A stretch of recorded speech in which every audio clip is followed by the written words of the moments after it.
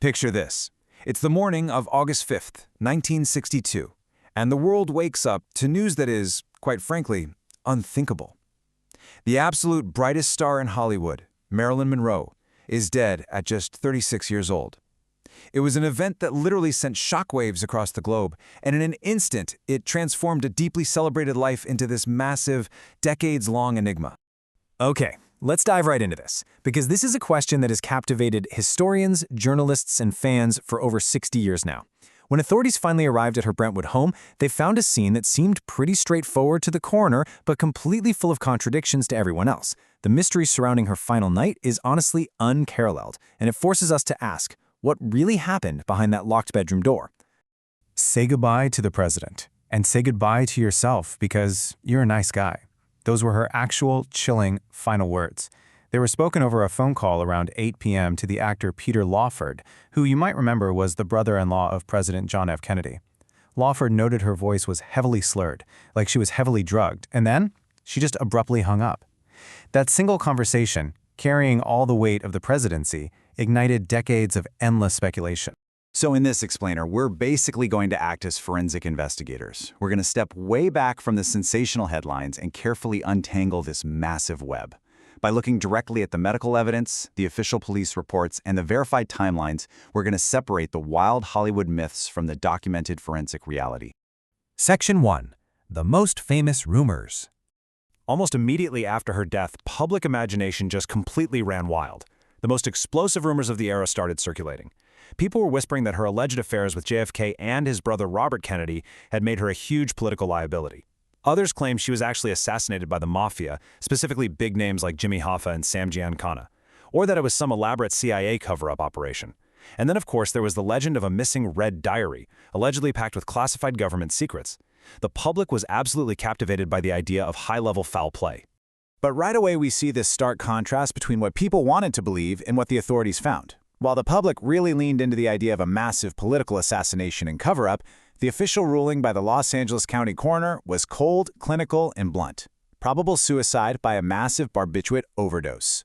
So why was society so quick to reject the medical conclusion? Well, to understand that, we have to actually look at her life. Section 2. Life before the end. Think about this quote from the legendary actor Laurence Olivier. He made this incredibly revealing observation. There was the traumatized orphan, Norma Jean Baker, and then there was the manufactured Hollywood starlet Marilyn Monroe. Biographers and doctors have constantly noted this dual personality. It was a massive source of internal friction for her every single day. Now, what's really interesting about this slide is the sheer volume of distress she was actually under. It's staggering. Medical retrospectives show she suffered from severe endometriosis, which caused her chronic, debilitating physical pain. Add to that crippling insomnia and circadian rhythm sleep disorders. On the professional side, she had just been fired from her latest film, Something's Gotta Give. She also exhibited traits of bipolar disorder and was deeply, perhaps unhealthily, dependent on psychoanalysis. To cope with all of this, her reliance on a cocktail of prescription drugs, mostly barbiturates and alcohol, had spiraled entirely out of control. So with her life in such a fragile, precarious state, how did fiction so easily replace fact? Chapter 3. Myths and conspiracy theories. Let's look at one of the biggest ones, the claim that Marilyn kept a red diary containing literal state secrets, including plots to kill Fidel Castro that were supposedly told to her by the Kennedys. It sounds like a great movie plot, right? But the forensic reality tells a vastly different story. There is absolutely zero verified proof that this diary ever existed. No such book was ever authenticated by any forensic experts. To this day, it remains a highly speculative, unproven claim, mostly championed by private investigators who are looking to sell a scandalous narrative. Next up is the widely circulated mafia murder theory. Proponents of this claim she was murdered via a lethal barbiturate enema. They argue this perfectly explains why her stomach was found empty of pills during the autopsy. But years later, Dr. Thomas Noguchi, the actual medical examiner who performed the autopsy, clearly debunked this. He stated that in cases of chronic, long-term drug abuse, a liver that's used to processing massive amounts of medication will pass those barbiturates very quickly into the small intestine.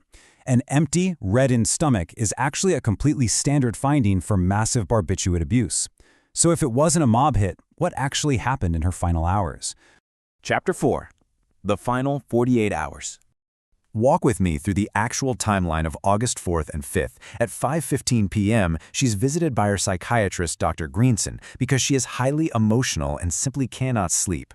A few hours pass in isolation, then at 8 p.m. she has that ominous, heavily slurred phone call with Peter Lawford, heavily implying a final goodbye. Fast forward through a deeply quiet evening to around midnight. Her housekeeper, Eunice Murray, notices a light under Marilyn's bedroom door but can't get her to answer. She just assumes Marilyn is finally asleep. The tragedy slowly unfolds until about 3:30 a.m. when Dr. Greenson arrives back at the house, breaks down the bedroom window with a fireplace poker, and makes the fatal discovery. Just take a second and imagine the absolute bleakness and desolate isolation she must have faced that night. In a house filled with ringing phones and knocking doors, as those hours ticked by in the dark from midnight to early morning, she was entirely alone in her final moments. Section 5. The official investigation. Now we get to the hard science.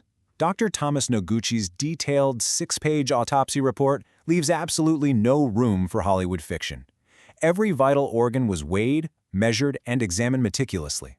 The medical data here tells a clear story of a systematic shutdown of the body's functions, totally independent of the wild rumors swirling outside the coroner's office. And right here, this is the most crucial number of the entire investigation, 12.5. This is the milligrams percent of pentobarbital found in her liver. Just to put this into perspective for you, this is a massively fatal dose. Combined with an already fatal level of chloral hydrate found in her blood, this toxicology report firmly and undeniably confirms the physical cause of death. But of course, toxicology doesn't explain human behavior, and this brilliantly illustrates exactly why the murder theories took such a stronghold. The timeline is super messy. The original police report noted the housekeeper saw the light at midnight. Later, testimony shifted the actual discovery of the body to 3:30 a.m., and there is this deeply suspicious unexplained tap. The police are not officially alerted until 4:25 a.m. What on earth were the doctors and the housekeeper doing during that lost hour? Cleaning up? Panicking over a potential medical malpractice scandal regarding her endless prescriptions? While that definitely fuels the conspiracy fire, historians argue it points much more toward panic and self-preservation by her doctors than some covert government-run assassination. Chapter 6. Revealing the truth. Ultimately, the coroner ruled her death a probable suicide. But why exactly? It comes down to the lethal toxicology, the undisputed fact that she was in a room locked from the inside, and her heavily documented history of severe depression along with previous overdose attempts. Now, was the timeline reported by her staff undeniably messy and panicked? Yes, for sure. But here is the bottom line. There is zero verified physical evidence that supports another person being in that room or injecting her with drugs against her will. Which leaves us with this final, truly powerful question to reflect on. Marilyn Monroe was a brilliant, incredibly complex woman who was ultimately crushed by the immense weight of her own image, severe medical issues, and crippling addiction. Yet decades later, we still cling to tales of the CIA, the mafia, and secret red diaries. What you should take away from this explainer is a challenge to consider. Why do we find it easier to believe a glamorous icon was assassinated by shadow governments, rather than accepting the deeply human, absolutely tragic reality that she simply couldn't bear the pain of living anymore?